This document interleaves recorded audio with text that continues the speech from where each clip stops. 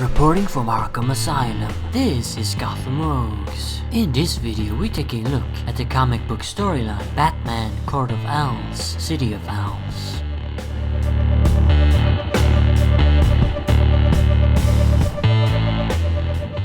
This is an 11-issue arc, with the first half known as the Court of Owls and the second the City of Owls. Published from late 2011 to late 2012, it was written by Snyder and penciled by Capullo. In this story, the gruesome murder of a mysterious John Doe and subsequent death threats upon Bruce Wayne leads Batman on the trail of a secret, all-powerful society known as the Court of Owls. For centuries, rumors and tales have circulated about a sinister group running Gotham City from behind the curtains, using owls as a symbol. To most, including Batman, this has mostly been regarded as an urban legend. But the Dark Knight now realized that the Court of Owls are in fact very real. They are as old as the city itself, and their influence runs deeper than anyone could ever imagine, even having ties to the history of the Wayne family. These revelations force Bruce to question whether he's ever really known Gotham at all. So this was the opening Batman arc of the New 52, and the start of the massively popular Snyder and Capullo run on the title that lasted for 5 years and over 50 issues. Starting a brand new Batman with a brand new concept like this story offers was a pretty smart move in my opinion. It feels like a clean slate, a good jumping on point for beginners, and a great way to usher in a new era of the Dark Knight. I don't think you could have done this arc if it weren't for the New 52 soft reboot, or whatever you consider it to be, because you could have had the same issue as the Hush storyline. If the Court of Owls are such an old legend in Gotham, how come we haven't ever heard of them before? But since this was a restart of sorts of the universe, we don't know what came before. And as the story reveals, Batman has investigated the court several times in the past, only to come up empty-handed, thus regarding them as fantasy. So while Hush just didn't work for me, this does. The main character in this comic isn't really Batman, nor is it the court. It's the city of Gotham itself. This is one of those stories where the city really takes on a life of its own. The big theme is, who is Gotham? Is it Batman? Is it the Arkham Rogues? Or is it the Court of Owls? Of course, Bruce considers the city to be his, and that Batman is Gotham, but he gets to learn otherwise as the story progresses. The answer is, Gotham is none of those. Gotham is Gotham. It's everyone, everybody who's ever lived in the city have left their mark on it, and helped it shape itself into what it is. Some may have left a bigger mark than others, but still, the city doesn't belong to any one person, group, or symbol. We get to see a lot of Gotham's history, and learn a lot about its past and infrastructure. I don't know if anyone's ever really fleshed out Gotham more than Snyder did in this arc. We also get to learn about several of the past Waynes, including Alan Wayne, a man responsible for many of the city's skyscrapers. The story really drives home the whole point of Gotham City not just being Batman. We often feel like that's all the city is about, the Dark Knight and his battle against the Rogues. To us as readers, they personify Gotham, but there have been plenty of other eras in its city defined by completely different people and events. That's what both we and Bruce Wayne realize with this arc. Another part this story greatly explores is the notion of randomness associated with the murder of the Waynes. We learn that after they died, Bruce refused to accept that it was just a simple mugging gone wrong that robbed him of his beloved parents. It had to be something more, something greater that made it make sense. He needed a big bad boogeyman to blame it on, and he chose the Court of Owls. Little Bruce then started his first case, the murder of his parents. But he eventually discovered that there was no court, and no big sinister plot behind Thomas and Martha's deaths. Of course, the court did exist, but they had nothing to do with the murder. It was just a small-time crook with an itchy trigger finger. This means Bruce's parents' deaths had no great meaning. It was totally random and pointless, which is a lot worse. We want tragedies to make sense somehow, and an evil boogeyman to blame it all on. That makes it easier to cope with and gives life some sort of meaning. The truth of cruel randomness is too hard to accept. This is why it's so important to keep the Wayne's murder an act of random bad luck.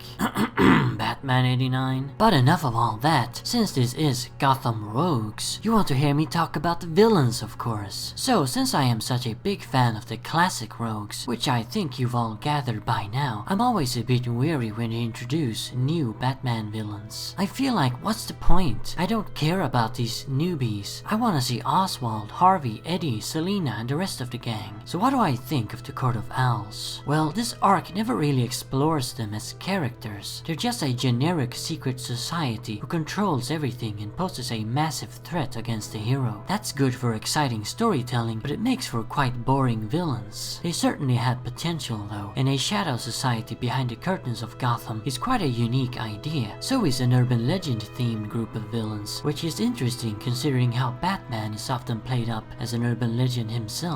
The owl symbolism is also great. At first glance you may wonder, owls? Why owls? Well, as it's explained to us in the comic, and really kind of shoved down our throats, owls prey on bats, making them a natural antagonist for the Batman. Like I said, they actually almost talk about it too much in the story, but where I think it's beautifully portrayed is in the scene where the court sends their warriors, the Talons, to invade Wayne Manor. As they're breaking into the house and breach the Batcave, Bruce relates to us through an inner monologue how in the 1800s, the first Waynes to occupy the manor were faced with a massive bat infestation in the cave system beneath the grounds. In order to fight it, they released tiger owls into the cave, and a year later, all bats were gone.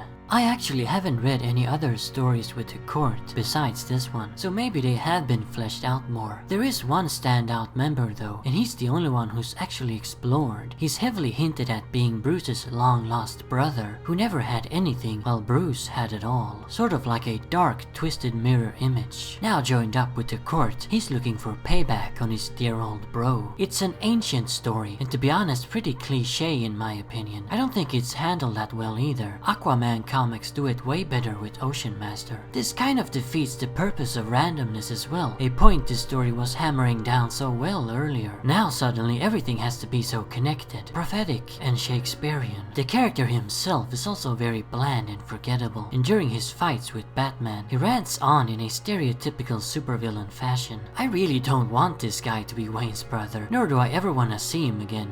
And then of course we have the Talons, the court's warriors and assassins, in other words the muscle. In the story we see these guys way more than actual court members. I'm not sure if Snyder did this to make the Court of Owls seem more mysterious or what, but if so, it kind of backfired for me. What I mean by that is when I think Court of Owls, I actually picture the Talons instead, because they are just so much more prominent. The Talons were all supplied to the court when they were kids, and they were then trained for years to become the ultimate fighter. Fitted with a compound capable of reanimating dead tissue, these warriors could serve for decades and never having to worry about getting killed in combat. There's usually only one Talon around at the same time, but since Batman proves to be a greater enemy than the court have ever seen, they activate a whole army of them. That doesn't happen till halfway through the arc though, so the Talon we see the most of is this guy, William Cobb. He's probably the most interesting villain in this story. He's not explored that much, but they hint at a possible rebellious streak in him when Batman taunts the Talon, saying he's nothing and will never be anything but the court's pawn. Cobb seems to actually get affected by this, as it interferes with his concentration, letting Batman get the upper hand. Later it's revealed that Cobb was recruited from Haley's Circus a long time ago, and he is in fact Dick Grayson's great-grandfather. Haley's Circus is one of the court's biggest Talon suppliers, and Dick himself was said to be the next Talon, and he would have been if it weren't for Bruce taking him in. I don't like this idea at all. Again, they're connecting everything, and it's all gotta have some sort of bigger meaning.